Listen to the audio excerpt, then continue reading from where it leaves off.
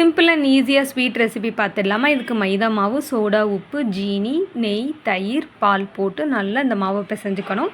மாவு நல்லா சாஃப்டாக இருக்கணும். பிரித்து பார்க்குறப்போ லேயராக வரணும். இந்த பதத்துக்கு நம்ம பிசைஞ்சு வச்சுக்கலாம். இதை 10 நிமிஷம் நம்ம ஊற வச்சுக்கணும்.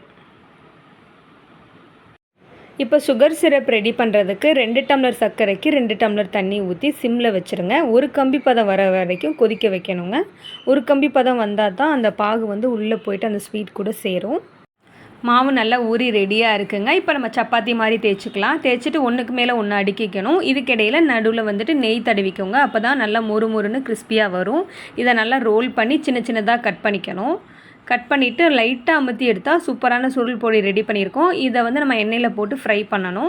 ப்ரௌன் கலரில் வர வரைக்கும் போட்டு ஃப்ரை பண்ணுங்கள். அப்போ தான் நல்லா கிறிஸ்பியாக சூப்பராக இருக்கும். பொரிச்சு வச்ச சுருள் பொடியை நம்ம சுகர் சிரப்புக்குள்ளே டிப் பண்ணி 1/2 மணி நேரம் ஊற வச்சு வடித்து எடுத்துட்டோன்னா சூப்பரான சுருள் பொடி ரெடி.